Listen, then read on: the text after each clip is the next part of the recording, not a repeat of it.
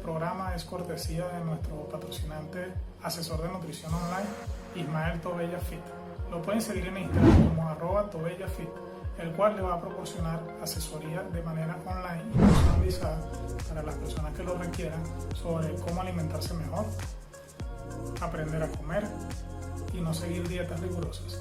Todo para que ustedes se sientan bien con su salud y aprendan a conocer su cuerpo.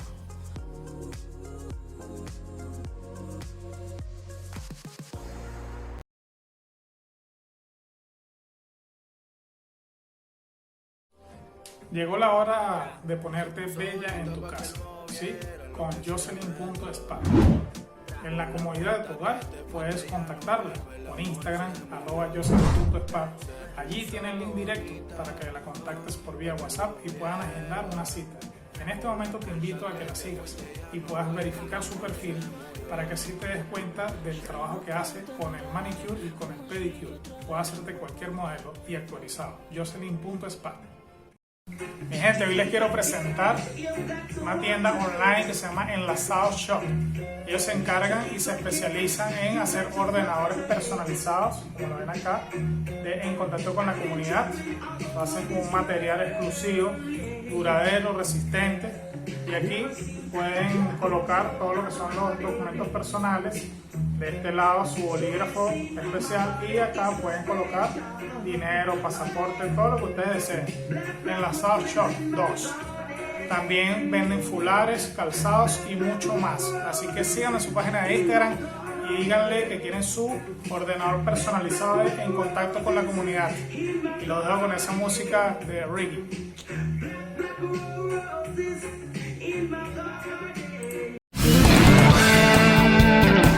Llegó la hora de En Contacto con la Comunidad con Moisés Pimentel. Bienvenidos a su programa En Contacto con la Comunidad. Un domingo más con todos ustedes. Gracias a todo el público que siempre está presente, atento a cada invitado, a cada programa. Siempre tenemos a alguien que nos puede aportar diferentes tipos de conocimiento. En este caso, tenemos una persona muy especial para hablar un tema delicado y de importancia y instructivo para muchas personas. Tenemos como invitado a una persona que nació en Alepo, Siria, también es venezolano, es egresado de la Universidad de Carabobo como ingeniero mecánico en 1975, tiene un máster en control de calidad metalúrgica en la Universidad de West London, eso es en Londres, Inglaterra, en el 78, tiene un curso en doctorado en desarrollo a tiempo parcial en el Centro de Estudios de Desarrollo de la Universidad Central de Venezuela. Eso ocurrió en el 91 al 98.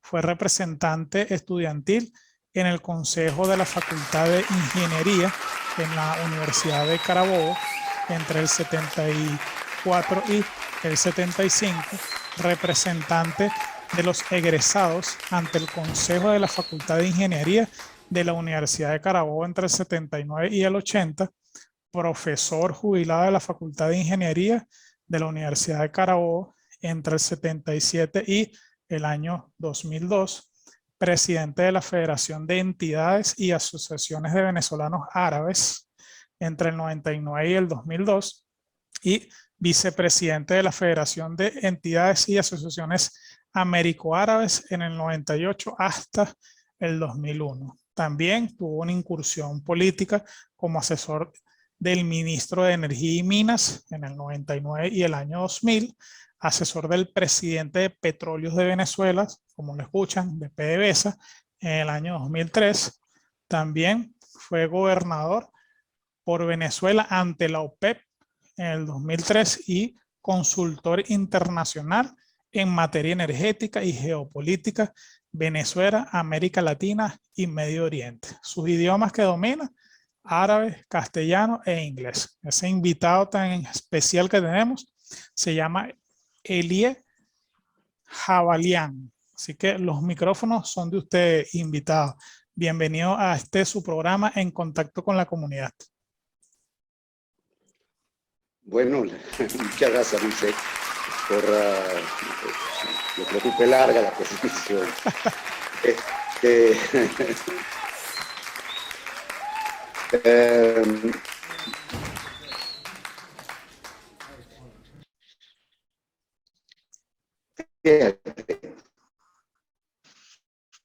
yo nací en el Medio Oriente, en Alepo, y por razones, yo era militante de la izquierda en Siria, y a pesar de que el gobierno del Baas árabe socialista, que gobierna a Siria desde 1963, yo me vine en el 67 a Venezuela. Bueno, por distintas razones, mi padre estaba aquí, mi hermano estaba aquí. Yo no quise ser, yo trabajé como vendedor ambulante, como vendedor de cortes baratos y sostenes. Y en aquel entonces todavía existía el medio fondo, etcétera, ¿no? Hice la equivalencia del bachillerato venezolano. No quise ser, yo quiero mucho a mis paisanos, pero yo no quería que en Venezuela me consideraran un árabe sin dominar el idioma. Entonces lo que hacía, grababa mi voz para que si acaso no podía dominar el acento en un 100%, no quería que me confundieran sino con otro latinoamericano. O sea, el que escucha mi acento puede decir, este no es venezolano, pero no puede decir que no soy latinoamericano, ¿no? Me gradué en la Universidad de Carabobo de ingeniero. Me mandaron a través del programa Gran Bariscal de Ayacucho a Inglaterra a estudiar en la Universidad de Brunel, West London University. Ahí terminé de dominar el inglés. Volví a Venezuela con una maestría. Gané un concurso en la Universidad de Carabobo. Me convertí en profesor en el año 77, cuando regresé a Venezuela. Fui activo en la política universitaria. Siempre estuve en el bando de la izquierda, aunque llegó un momento en que rompí con la militancia política. Pude llegar hasta profesor agregado, no avancé más. Me gradué en el año 2002. Fui siempre profesor a tiempo convencional. Tenía una industria familiar metalmecánica que me permitió que mi nivel de vida fuera relativamente holgado. Y luego, cuando cayó el muro de Berlín, yo me sentí estafado por la izquierda. Pues, yo me sentí estafado por el Partido Comunista. Entonces nos habían pintado todo un mundo y todo se cayó como castillo de naipe. Cuando le pregunté a un amigo que también era de izquierda en Maracay, en el conocimiento, para ver qué fue lo que pasó. Bueno, fui al CENDES y me incorporé a un programa del doctorado. Gracias a ese doctorado, hoy tengo una visión diferente de la vida. Y incursioné con el chavismo.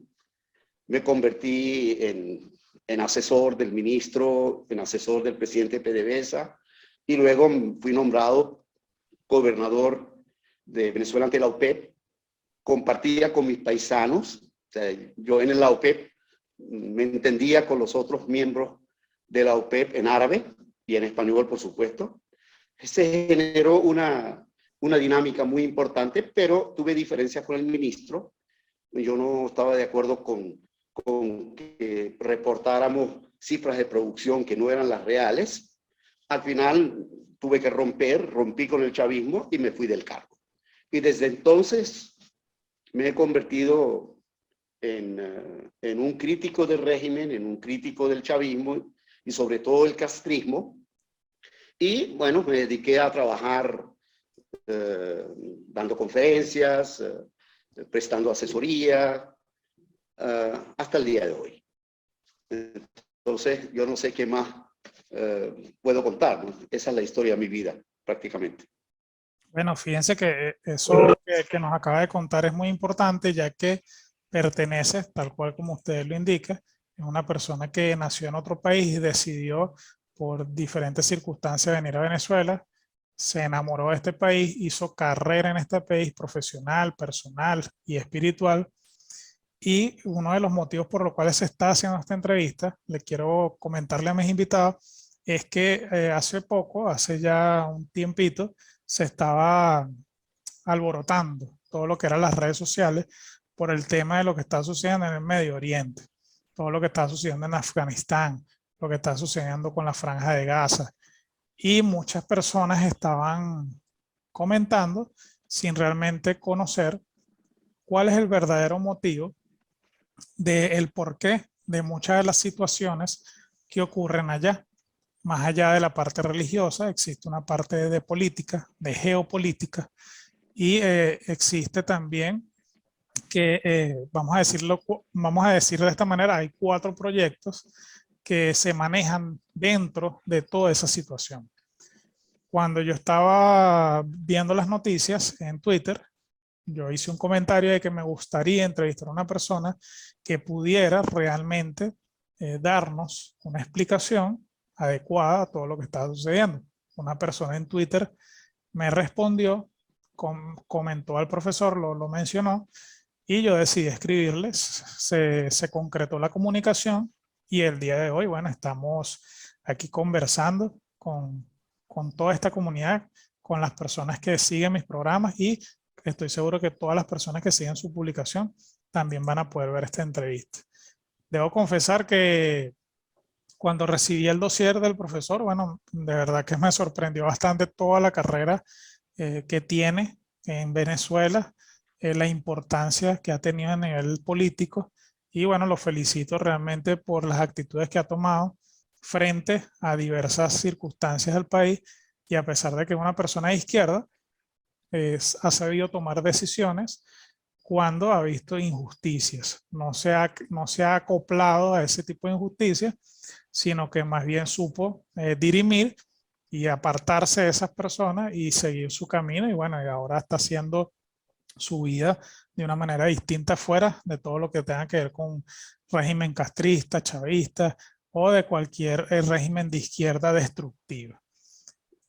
Una de las cosas que me gustaría, profesor, que empezáramos ya a entrar en tema, es que nos explique a mí y a mi audiencia y a la suya también todo este problema del Medio Oriente. Sé que existen 4 proyectos, que es un proyecto de Erdogan, está un proyecto persa, está un proyecto que tiene que ver con lo que es el Estado Islámico, pero me gustaría que sea usted, desde su conocimiento y su base, que nos pueda explicar todo este problema. Bueno, Moisés, lo primero que hay que tener claro es que en el Medio Oriente los países que componen esa región del mundo y también el norte de África son países islámicos. Todos los del Medio Oriente son países árabes, excepto Irán y Turquía. Lo que es Siria, Irak, Líbano, Palestina, Jordania, Arabia Saudita, Qatar, Kuwait, Bahrein, Emiratos Árabes Unidos, Omán, Yemen, Egipto y parte de Sudán. Todos esos son países islámicos, son países que hablan el árabe, pero cuando incursionaron los árabes con su Islam, conquistaron un imperio que era un imperio pérsico que había surgido desde mediados del primer milenio antes de Cristo y que estuvo a punto de dominar el mundo que sería hoy Occidente, pero no pudo derrotar a los helenos. No sé si los oyentes recuerdan la película 300. Y luego ese imperio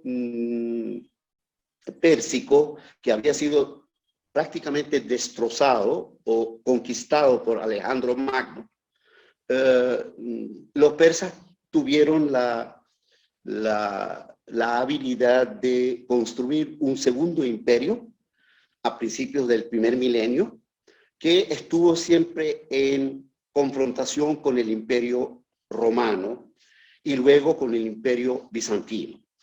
El Islam conquista territorios del imperio bizantino, que son hoy los del creciente fértil Egipto, norte de África, pero destruye el imperio sasánida pérsico. Los persas siempre quedaron con esa espina de que los árabes con su Islam le destruyeron su imperio. Ellos se convirtieron al Islam, pero llegó un momento que fue a partir de principios del siglo XVI, cuando el imperio otomano estaba creciendo en forma vigorosa, los persas decidieron dejar de ser sunitas, porque el sunismo y el chiismo, yo lo expliqué en mi cuenta de Twitter. También pueden ir a mi cuenta y ven, si no lo ven, yo se lo paso de nuevo. El sunismo y el chiismo, apenas murió Mahoma, ese conflicto empezó dentro del Islam, y los persas se convierten a partir de principios del siglo XVI al chiismo para distinguirse del imperio otomano, que era sunita.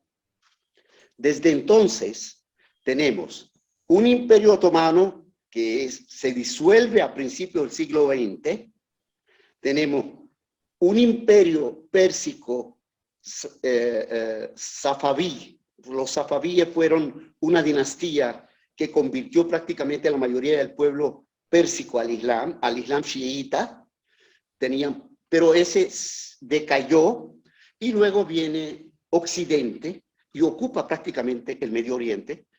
Irán no es ocupado, pero es casi régimen semicolonial.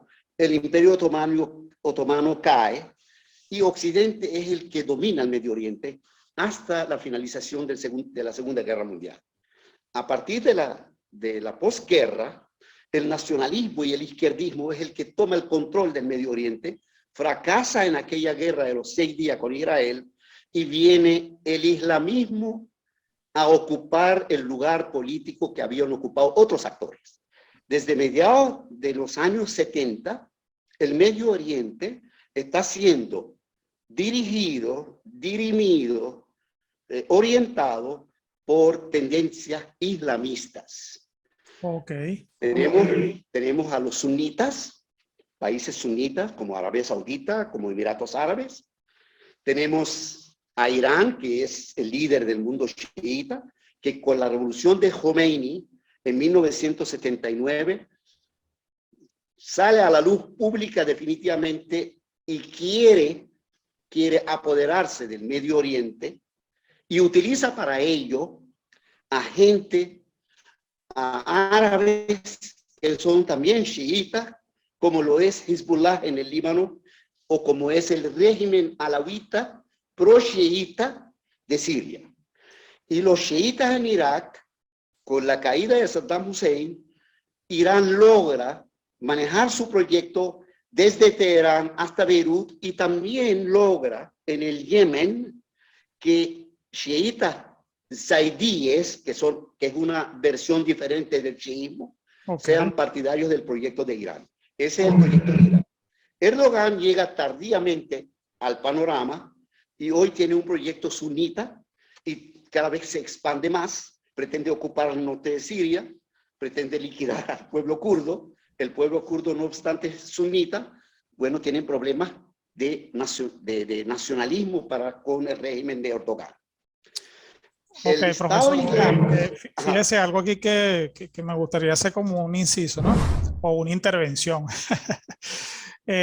Por lo que estoy escuchando y lo poco que sé el tema, y estoy muy agradecido con usted que nos da esta clase, realmente es una clase, vemos que dentro del Islam existen varias corrientes, y estas corrientes, bien sean las chiitas o la otra corriente que existe, no convergen. no se entrelazan.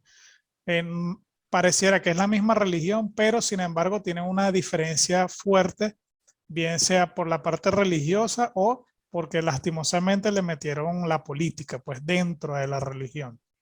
Y dentro de cada, vamos a decir, polo religioso, tienen otras vertientes, por lo que acaba de explicar hace poquito.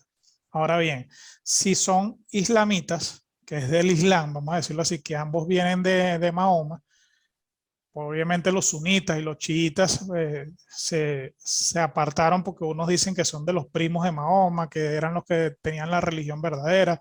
Otros dicen que conservan el legado de Mahoma, que fue el profeta que recibió el mensaje y luego fue transcrito mediante el Corán. ¿Por qué esa separación dentro del ámbito religioso que al final ha terminado convergiendo indirectamente con la parte política, ¿no?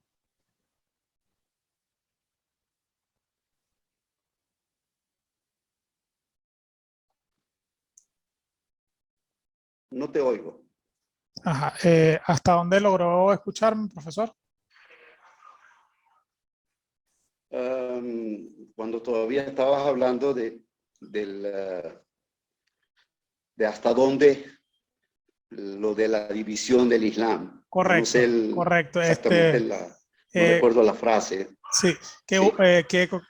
Que pareciera que dentro del Islam existen los chiitas y los sunitas, y dentro de ellos hay ciertas divisiones también, que en lugar de converger para que la religión islámica sea más fuerte y sea algo único, vamos a decirlo así, hay una separación, pues. Y dentro de esa separación se ha incorporado la política.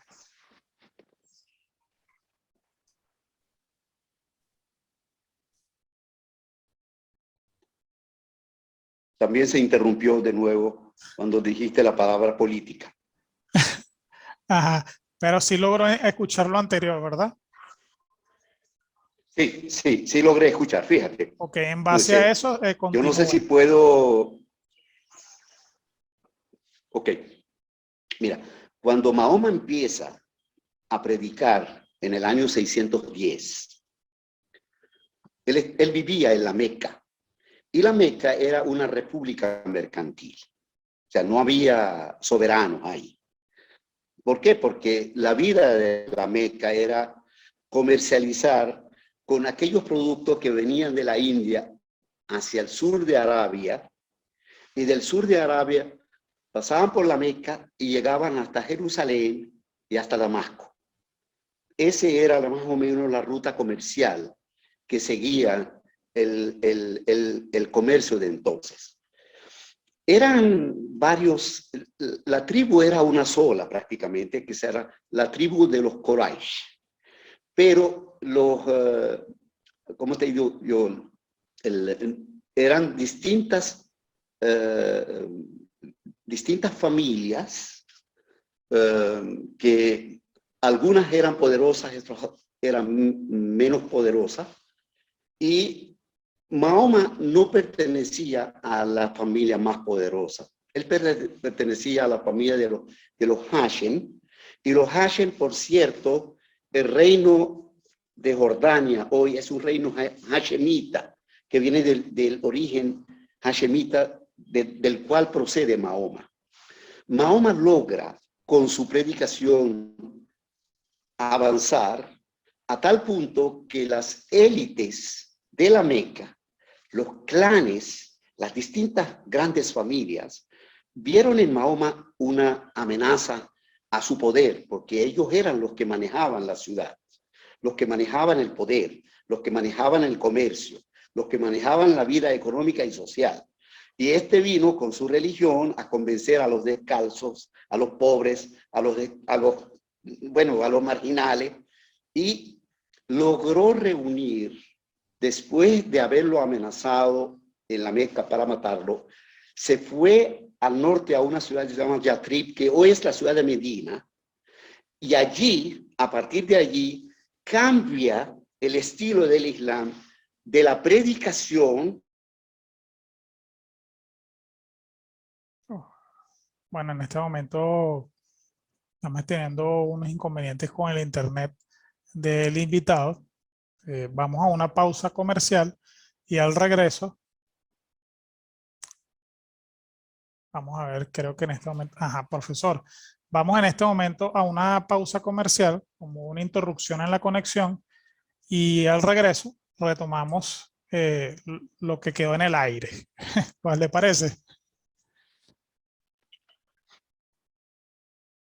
Ok. Chévere, vamos a una pausa comercial para cumplir compromisos con el programa.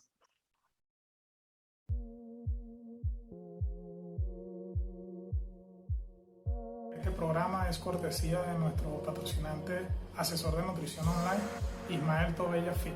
Lo pueden seguir en Instagram como @TobellaFit, el cual le va a proporcionar asesoría de manera online y personalizada para las personas que lo requieran sobre cómo alimentarse mejor, aprender a comer y no seguir dietas rigurosas. Todo para que ustedes se sientan bien con su salud y aprendan a conocer su cuerpo.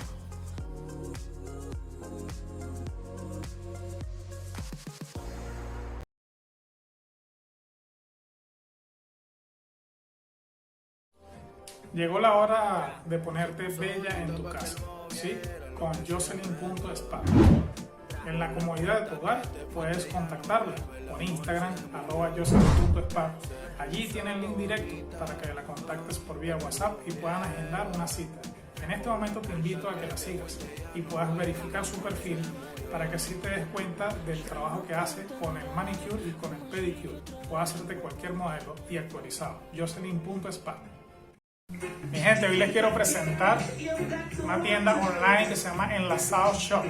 Ellos se encargan y se especializan en hacer ordenadores personalizados, como lo ven acá, en contacto con la comunidad. Lo hacen con un material exclusivo, duradero, resistente. Y aquí pueden colocar todo lo que son los documentos personales. De este lado su bolígrafo especial y acá pueden colocar dinero, pasaporte, todo lo que ustedes deseen. Enlazados Shop 2. También venden fulares, calzados y mucho más. Así que sigan en su página de Instagram y díganle que quieren su ordenador personalizado en contacto con la comunidad. Y los dejo con esa música de reggae.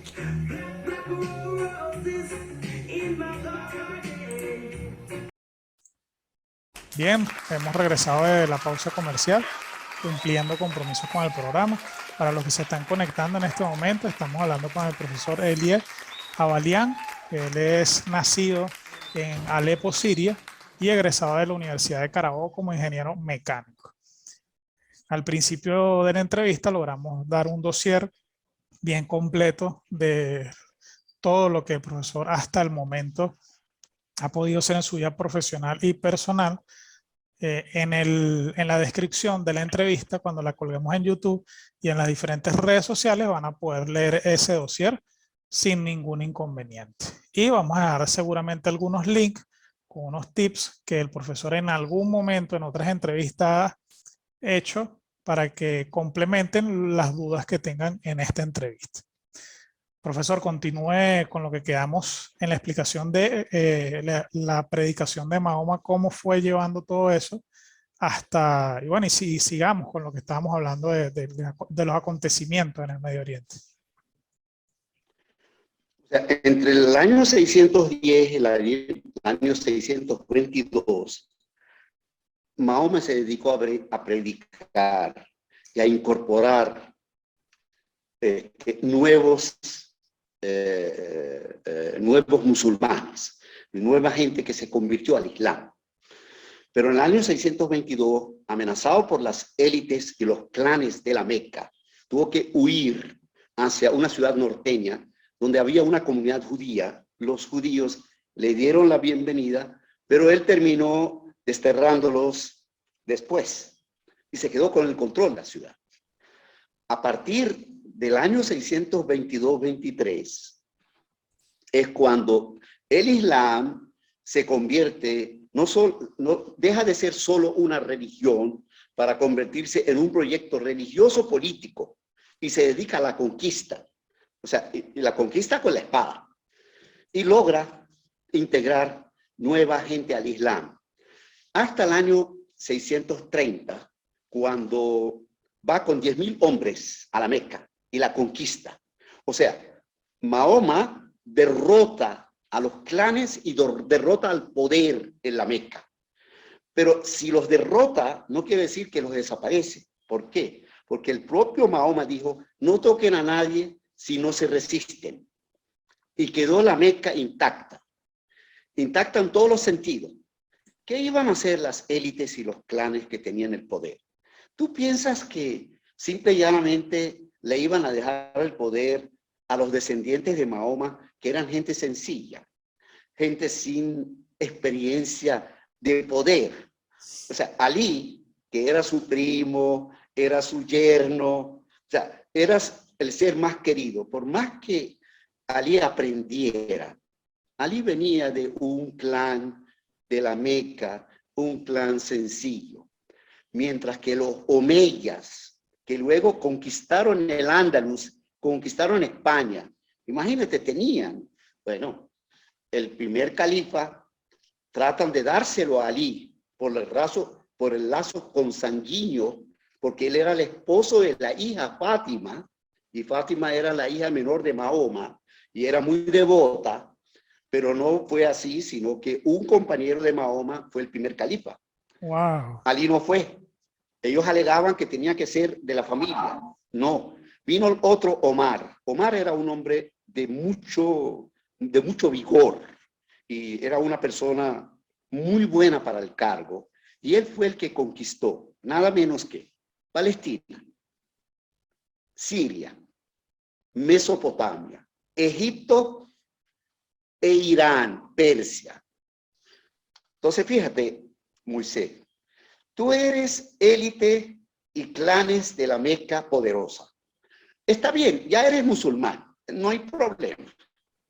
Tú le vas a dar la administración de vastos territorios con toda la riqueza de todo tipo. Le vas a dar a gente principiante en el manejo del poder político. No. Entonces, le pusieron como tercer califa, porque el segundo califa Omar, que fue el que construyó la primera base del Imperio Islámico, es sustituido nada menos que por el caudillo del clan Omeya, que es el enemigo a muerte de Ali, el primo de Mahoma. Wow. Y ese califa, que era exactamente, ese califa Osman, que era el caudillo del clan más poderoso de la Meca, ese hace todo lo posible para que el clan Omeya y otros clanes poderosos tomaran el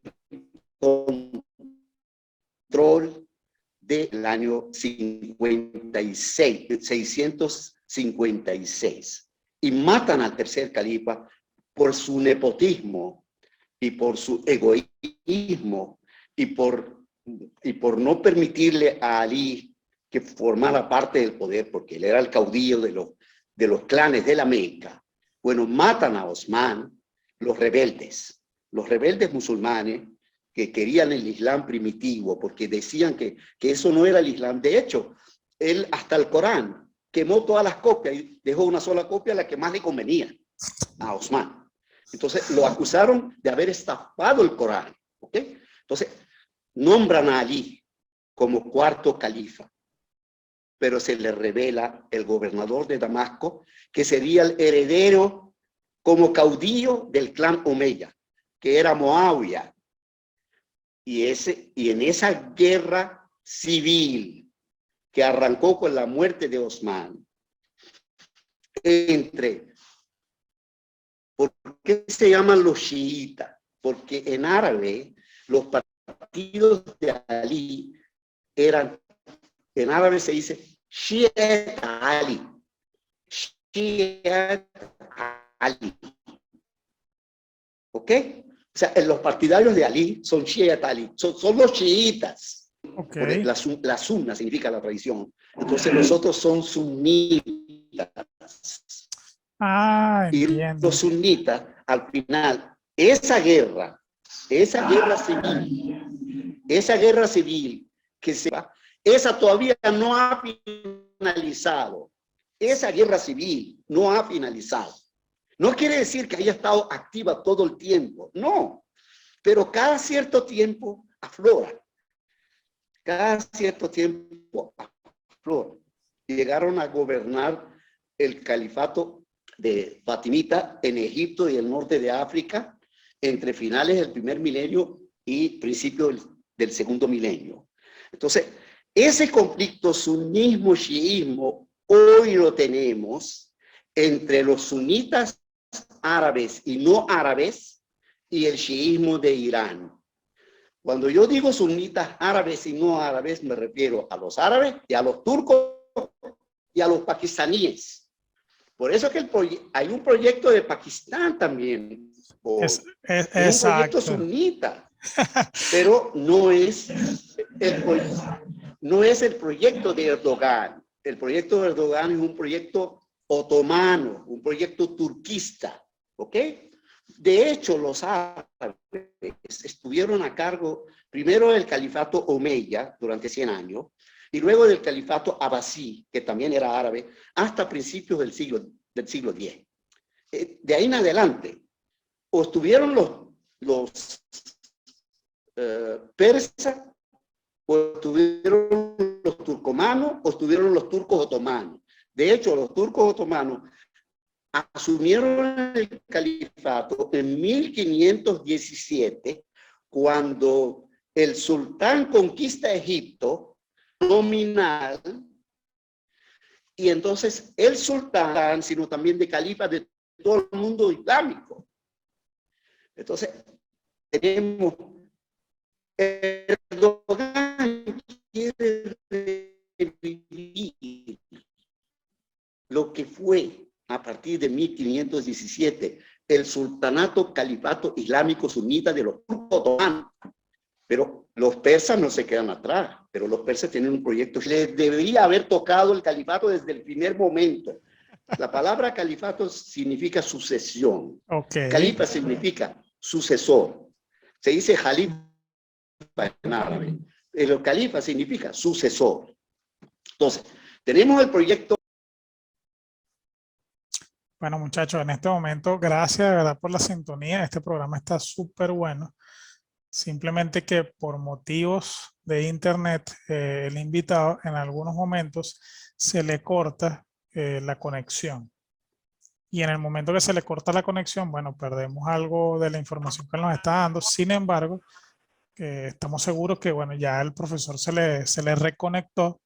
No se preocupen, vamos a tomar este break para mandar a otra cápsula, para que las personas que están pegadas viendo la entrevista y escuchándola se puedan tomar un vasito de agua. Vamos a ir con la cápsula que se llama Buena Vibra, por nuestro amigo locutor Rafael Gil El Pana, y al regreso vamos a continuar con esto que, bueno, para mí ha sido una introducción excelente para todo lo que viene, que es ya explicar todo el tema de lo que está sucediendo en el Medio Oriente, lo que sucedió en Afganistán, y con esta introducción hemos tenido como un entendimiento diferente a lo que nos lleva a las redes sociales. Entonces vamos a la pausa Buena Vibra por nuestro amigo Rafael Gil El Pana, y al regreso continuamos con el profesor. Cápsula de Buena Vibra con Rafael Gil El Pana. Hoy vamos a hablar de la amistad. La amistad es una relación entre 2, 3, 4, 5 o más personas en donde se prestan una armonía social máxima. Recuerden que somos seres humanos sociables y que tenemos que relacionarnos con otras personas. En la amistad se apoya tanto en las buenas como en las malas. Allí es donde se conocen los verdaderos amigos, en donde las dificultades y en las dificultades tratan de ayudarte y darte la mano. La amistad es como ser hermano de otro que no es tu sangre. La amistad es lo máximo. Disfrútala.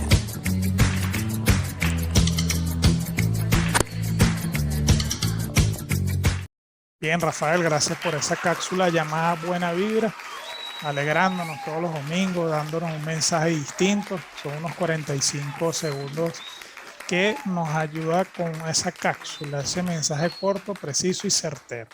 Sigamos con el tema que el profesor Alié Abalian nos está comentando, toda una introducción de lo que es la parte político-religiosa del Medio Oriente, lo que sucedió con los imperios y lo que tiene que ver con el califato. Para recordarles un poquito, él fue asesor del ministro de Energía y Minas entre el 99 y el 2000 y asesor del presidente de Petróleos de Venezuela en 2003. Profesor, los micrófonos son de usted. Bueno, para no hacer el cuento largo, en el siglo XV y en el siglo XVI coexistieron 3 imperios islámicos. Fíjate, el imperio turco otomano, que dominaba parte de Europa, todo el Medio Oriente excepto Irán y todo el norte de África.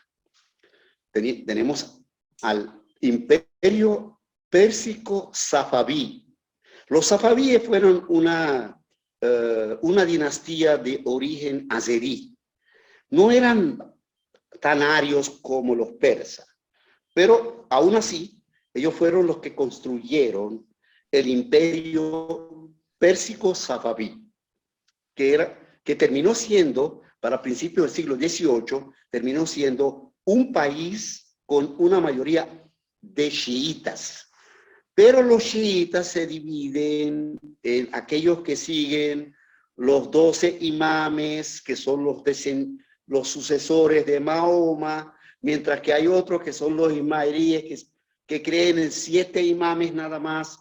Después de la muerte de Mahoma, todos arrancan con Ali, con el hijo Hassan de Ali, con el segundo hijo Hussein, etc.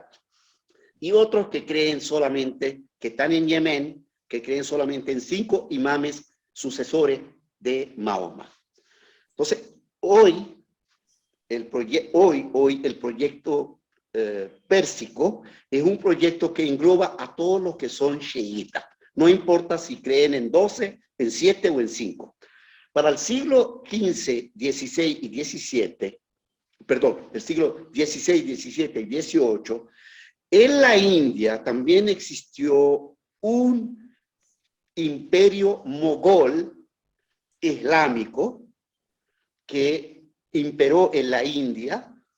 Era sunita, pero no intervenía en la pelea entre sunitas y chiitas, porque tenía cómo lidiar primero con los hindúes que tenían una religión diferente. Entonces no podía darse el lujo de formar parte del conflicto interislámico. Entonces tenía que ocuparse de conquistar a la India. Bueno, yo le recomiendo a los oyentes la película Akbar y Yodá, la consiguen en Netflix. Es una película extraordinaria, tiene de todo, que le habla de ese imperio mogol islámico. Esos 3 imperios, todos al final se disuelven. Y en el siglo XX, ¿qué tenemos? Tenemos el proyecto de Erdogan, para no hacer el cuento largo. Tenemos el proyecto del clero iraní, que es un proyecto chiita. Tenemos el proyecto de Pakistán, que por cierto, Pakistán, que había perdido Pakistán Oriental a principios de los 70, que hoy es Bangladesh, bueno, lo sustituyó por un proyecto de ocupación de hecho prácticamente de Afganistán. El problema de Afganistán no es solo religioso, es un asunto geopolítico donde incluso hoy los chinos, que son anti-hindúes, porque es un conflicto histórico entre los hindúes y los chinos, prefieren aliarse con los pakistaníes musulmanes, y quien le da el apoyo en el fondo a Pakistán para que prácticamente convirtiera a Afganistán en una parte suya de hecho, más no de derecho, porque los talibán no son nada, Moisés. Los talibán para 1992, cuando cayó el gobierno comunista de Afganistán, los talibán eran el 4.º grupo de los fundamentalistas islámicos en importancia en Afganistán, pero con la particularidad de que la inmensa mayoría de los talibán eran pastún, era la etnia pastún, y los pastún son como 50 millones, de los cuales hay 13, 14 millones en Afganistán y 27, 28 millones en Pakistán. ¿Quién alimentó en la llegada de los pastún al poder en Kabul? Los Pakistán. Pakistán se llama la República Islámica de Pakistán desde 1960. Imagínate desde cuándo estamos hablando de que por ahí están rodando proyectos islámicos. Y los chiitas de Irán apenas llegan al poder en 1979, cambian la constitución del Shah y declaran al país como república supuestamente democrática. Yo no sé dónde está la democracia. Y la llaman igual que Pakistán, la llama la República Islámica de Irán. O sea, tenemos ahora, proyectos profesor, confrontados. Quiero hacer un paréntesis aquí, ¿no? Para hacerle una pregunta. Cuando ellos se llaman la República Independiente o Demócrata de Islam, ¿verdad? Del Islam, eso quiere decir que ese país, su constitución, su carta magna, todo lo que es la ley que regula ese país, se basa en el Corán, en la ley oral de la religión, ¿o en qué? Bueno, mira, en el caso de Pakistán, por ser sunitas, los sunitas están mucho más pegados a la Sharia. De hecho, en Pakistán estamos viendo cosas, después de haber sido una república socialdemócrata, ellos liquidan al primer ministro Ali Bhutto, Zulfikar Ali Bhutto, que era un socialdemócrata educado en el occidente, y luego cuando ven que su hija insistía en seguir siendo primer ministro y obstaculizando el proyecto islámico, bueno, terminan asesinando a la hija de él, la señora Benazir Bhutto. Incluso la destituyen del cargo de primer ministro en 2 oportunidades. Y en la tercera no llega a las elecciones, la matan, la asesinan. ¿Qué quiere decir? Que el proyecto islámico en Pakistán está a rojo vivo desde 1977, cuando el ejército toma el control del poder, y ahí van dirigidos hacia una nación cada día más islámica y cada día más regida por la ley islámica. Y cada día hay más discriminación para los no musulmanes en Pakistán. El caso de Irán es un poco menos intenso y menos crítico en cuanto a su adherencia al Corán, porque en Irán, por ejemplo, se respeta la minoría armenia, que es cristiana, Exacto. se respetan minorías cristianas, se respetan minorías sunitas. O sea, se puede decir que en Irán la cosa no es tan crítica, pero Pakistán sí. Y hoy en Afganistán, Afganistán es el Emirato Islámico de Afganistán. Es un emirato. Pero el imperio, ¿quién? El imperio que pretende ser es el proyecto de Pakistán. Yo no sé si los oyentes nuestros han visto que el jefe de seguridad, el jefe del Servicio de Seguridad Nacional, que es un general, creo que de 3 estrellas, él no hace mucho fue al aeropuerto, fue a Afganistán. ¿A qué? A supervisar el proyecto de dominación de Afganistán por parte del proyecto pakistaní, apoyado por los chinos. Fíjate. Y para colmo, Occidente sale como si estuviera huyendo. O sea, yo no estoy en contra del retiro de las fuerzas occidentales de Afganistán, porque ya no tenía sentido. Pero ¿por qué salir corriendo? ¿Acaso no tienen suficientes militares inteligentes y que apliquen suficiente estrategia y táctica para que el retiro sea, que sea un retiro decoroso? Exacto. Cuando salió la Unión Soviética de Afganistán, salió con un desfile Gorbachev salió con un desfile militar, pero este Biden salió corriendo, salió como si estuvieran pisándole los talones y les dejó, según las noticias, 80,000 millones en armas al talibán. O sea, tú lo oyes y no lo crees. O sea, yo no sé qué sienten los militares estadounidenses.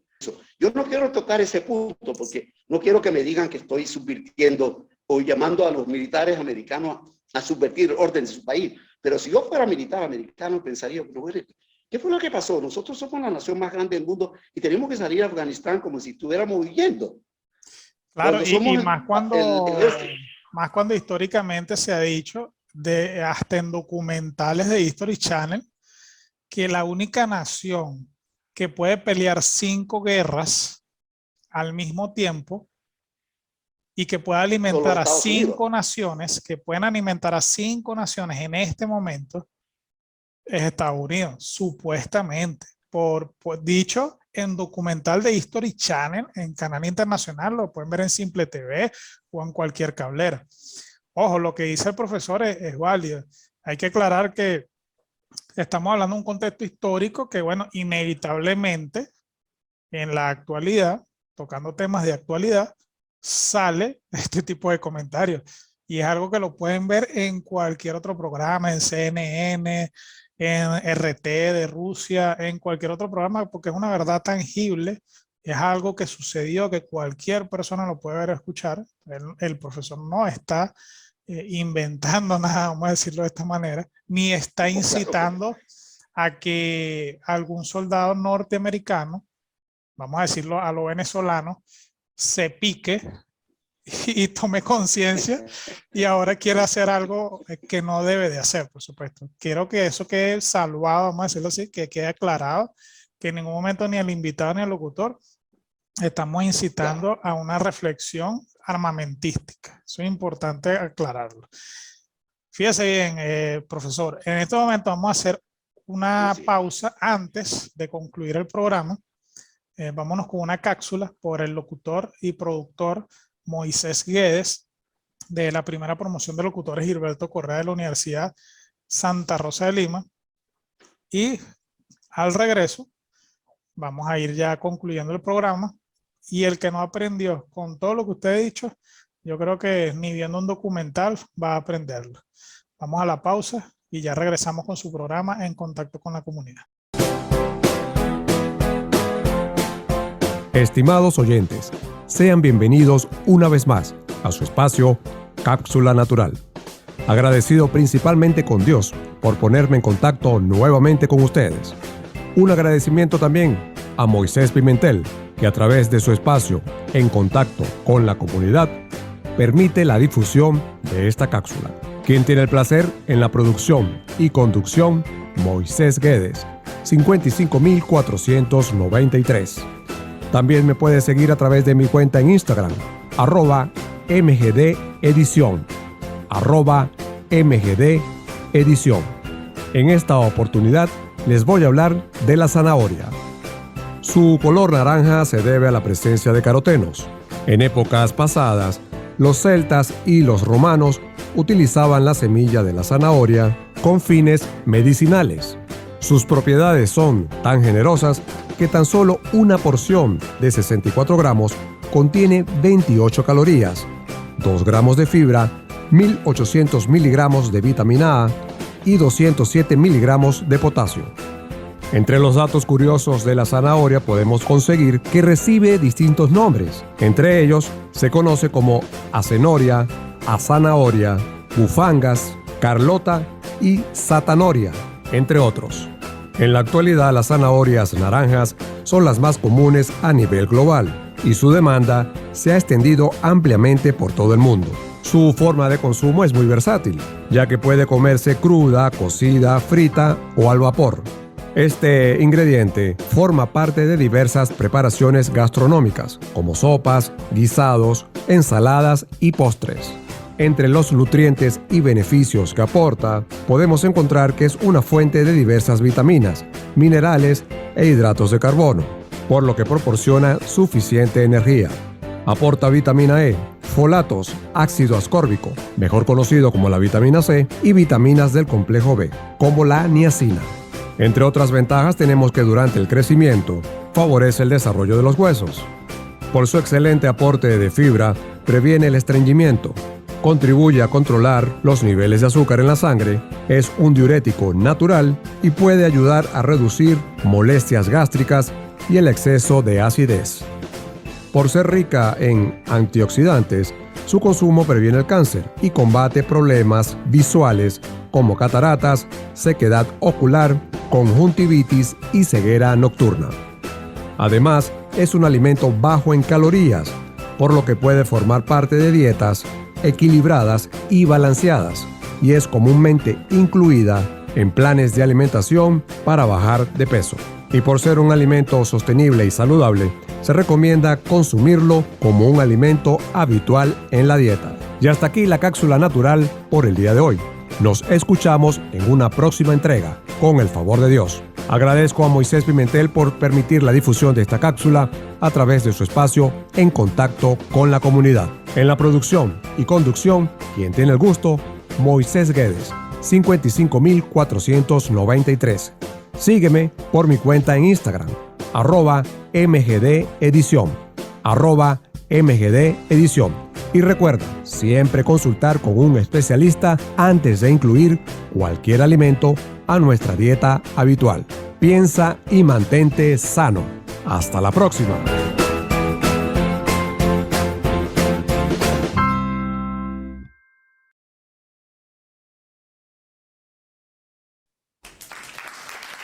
Gracias, Moisés, por esta maravillosa cápsula. Quiero que sepan que Moisés Guedes, que es una persona que le gusta mucho lo que es la parte naturista, y a él se le cedió un espacio acá con la cápsula natural. El programa, hace 3 programas, habló sobre la fresa y en esta cápsula habló sobre la zanahoria, todas las propiedades, los valores, en qué nos beneficia, y de verdad que es algo bien instructivo. Espero que la disfruten cuando ya el programa esté editado y que la puedan compartir con sus familiares. Bueno, profesor, lastimosamente el tiempo en radio, en podcast, en televisión siempre se hace corto. La idea de esto es poder hacer lo que hicimos, que es como una introducción a un tema muy amplio y que más adelante podríamos sacar una segunda parte del programa desde donde nos quedamos y que las personas continúen, pues, como una serie, pues, vamos a decirlo de esta manera. Entonces, vamos a una parte conclusiva de lo que estábamos conversando, profesor, para luego despedir a nuestra querida audiencia. Los micrófonos son de usted, profesor. Bueno, yo lo que quisiera concluir es que uno de los peligros que tiene la humanidad hoy es el fundamentalismo islámico, que por cierto, yo no quiero llamar a los chinos irresponsables, pero los chinos de alguna manera están jugando con fuego al alimentar tendencias indirectamente, tendencias islamistas antioccidentales. Porque lo que pasó en Afganistán es un reflejo de que las cosas andan por ahí y eso no está bien. Así que Occidente y el mundo deben abrir los ojos porque el fundamentalismo islámico hay que combatirlo, pero no solamente desde el punto de vista de la seguridad y desde el punto de vista militar, sino también desde el punto de vista político y del debate. ¿Cómo se combate el fundamentalismo islámico? Cuando tú promueves y apoyas a los musulmanes no fundamentalistas en su debate con los fundamentalistas. Los apoyas y los proteges, porque los no fundamentalistas son menos violentos, los fundamentalistas son muy violentos y entonces con su violencia quieren imponerse. Occidente y el mundo civilizado debe apoyar a una mayoría islamista o islámica no fundamentalista, porque son 1.700 millones de musulmanes. Desaparecerlos no es la solución, no es el camino, es ilógico, es absurdo. En lugar de desaparecerlos, hay que provocar el debate entre ellos para que el Islam no fundamentalista sea el que triunfe sobre los violentos y sobre los asesinos. Bueno, yo voy a dejar una pregunta al aire y las personas que comenten en la caja de comentarios, valga la redundancia. ¿Será eso lo que se está haciendo desde Juan Pablo II cuando él quiso hacer la unificación de las iglesias y empezó a reunirse con los otros 5 patriarcas de la iglesia, específicamente con la iglesia rusa, que es uno de los patriarcas después del papa más fuerte dentro de la iglesia, en este caso la ortodoxa, que vendría siendo la fundamentalista en la parte del Islam? ¿Será eso lo que continúa haciendo el Papa Francisco, que es tan criticado en la actualidad y silenciosamente está buscando una manera de diálogo, poder reunir a ese gran pueblo católico, bien sea ortodoxo o no? Bueno, ya eso se lo dejo a todas las personas que son católicas y que les gusta investigar, y dejen sus comentarios allí. Yo estoy totalmente agradecido con el profesor por esta entrevista, este abrebocas, porque sé que hay mucha tela que cortar. Y yo, antes de que finalicemos el programa, quiero hacerle una pregunta adicional. ¿Qué es lo que sucede dentro de la religión del Islam con el tema de las mujeres? El Islam es una religión que se quedó, vamos a hacerle símil con la Iglesia Católica, con el Antiguo Testamento, y por eso son tan vilipendiadas y atacadas que las tratan como unos trapos. ¿O es que no han entendido bien lo que el Corán dice sobre el papel de la mujer dentro del Islam?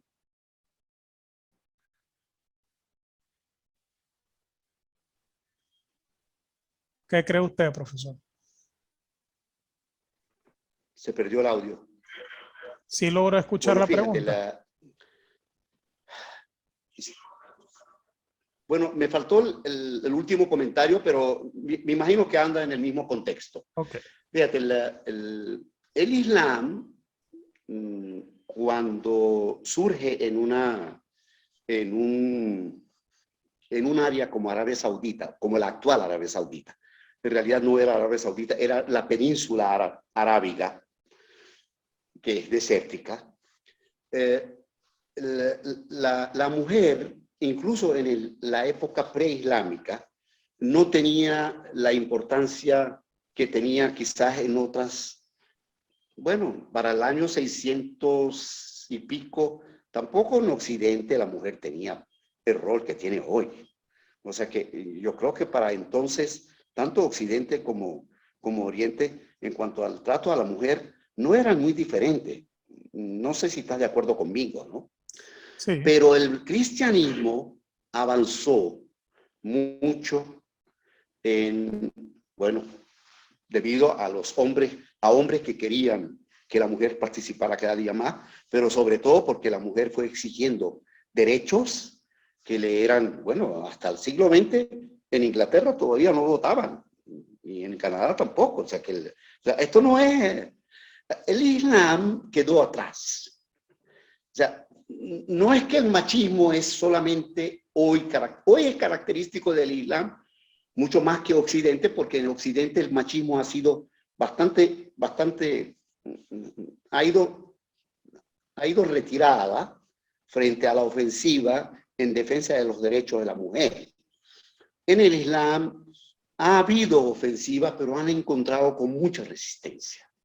De hecho, países como Túnez, hasta hubo retrocesos, porque el gobierno que vino después de la independencia de Francia, que era Habib Bourguiba, él era partidario de que la mujer asumiera el rol que tiene que asumir igual al hombre. Es más, él hablaba del velo, él le llama aquel odioso tapo, el presidente, y era muy querido por las mujeres tunecinas. En el Líbano se puede decir que las mujeres libanesas musulmanas han logrado mucho más derechos que un país como Irak o un país como Arabia Saudita. En Arabia Saudita hasta hace poco no podían manejar, ahora tienen derecho a sacar la licencia. Si el Estado le permite sacar la licencia, porque es el Estado el que determina el derecho, muchas mujeres en Arabia Saudita no pueden sacar la licencia porque sus hombres no se lo permiten. O sea, un hombre que se sienta orgulloso de que él es el hombre, él es el macho de la casa, que la mujer salga por ahí a manejar un vehículo, o sea, sería bueno, tú sabes. O sea, no es fácil. Claro. Pero en el Islam están todavía atrasados en cuanto al desarrollo. No es que la religión, hoy la religión islámica todavía no le da derecho, más bien hay un salto atrás en Afganistán, hay un salto atrás en Pakistán. O sea, hubo un salto atrás en el Estado Islámico. En Turquía, antes las dirigentes políticas de Turquía, que eran de partidos modernos, bueno, ahora la esposa de Erdogan cuando sale con un velo. Eso no ocurría antes en Turquía. O sea, hubo hasta retroceso en algunos países. Afortunadamente, en un país como Egipto, gracias a la conducción del ejército y de las Fuerzas Armadas, que son de mente abierta, de mente progresista, etcétera, que las cosas en Egipto están tomando otro color, y gracias al reascenso de Egipto, que podemos decir que el Medio Oriente ahora no tendrá solamente el monopolio de los iraníes, ni el monopolio de los turcos, ni el monopolio del Estado Islámico, sino ahora hay una resurrección del papel árabe. Y gracias a Dios, dirigido por un país como Egipto, que está dando muestras de progreso y de concesión de derechos, de reconocimiento de derechos de la mujer egipcia. O sea que hay esperanza, pero en la actualidad la mujer islámica no está en sus mejores condiciones, lamentablemente. Bueno, ahí tienen una súper respuesta y con esto concluimos el programa. Quiero darle las gracias al invitado por haber aceptado la entrevista. Quiero darle las gracias también al editor visual del programa, King Níguez, que hace posible que la entrevista salga para redes sociales de una manera distinta, dinámica y amigable para cada uno de ustedes. Gracias a todos los que nos han brindado su apoyo en las redes sociales y en las diferentes plataformas digitales donde se transmite el programa. Se despide de ustedes Moisés Pimentel, certificado de locución 55603, y nos vemos en un próximo programa y dejen sus comentarios. Chao, chao.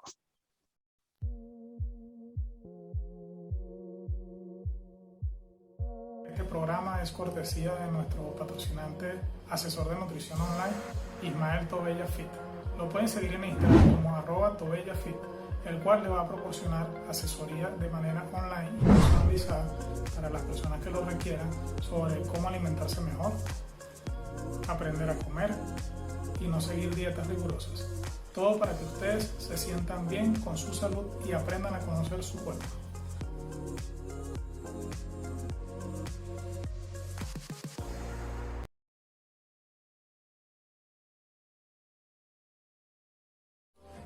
Llegó la hora de ponerte bella en tu casa, ¿sí? Con Jocelyn.spa. En la comodidad de tu hogar puedes contactarla por Instagram, @Jocelyn.spa. Allí tiene el link directo para que la contactes por vía WhatsApp y puedan agendar una cita. En este momento te invito a que la sigas y puedas verificar su perfil para que así te des cuenta del trabajo que hace con el manicure y con el pedicure. Puedes hacerte cualquier modelo y actualizado. Jocelyn.spa. Mi gente, hoy les quiero presentar una tienda online que se llama Enlazados Shop. Ellos se encargan y se especializan en hacer ordenadores personalizados, como lo ven acá, en contacto con la comunidad. Lo hacen con un material exclusivo, duradero, resistente, y aquí pueden colocar todo lo que son los documentos personales. De este lado su bolígrafo especial, y acá pueden colocar dinero, pasaporte, todo lo que ustedes deseen. Enlazados Shop 2. También venden fulares, calzados y mucho más. Así que síganme en su página de Instagram y díganle que quieren su ordenador personalizado en contacto con la comunidad. Y los dejo con esa música de reggae.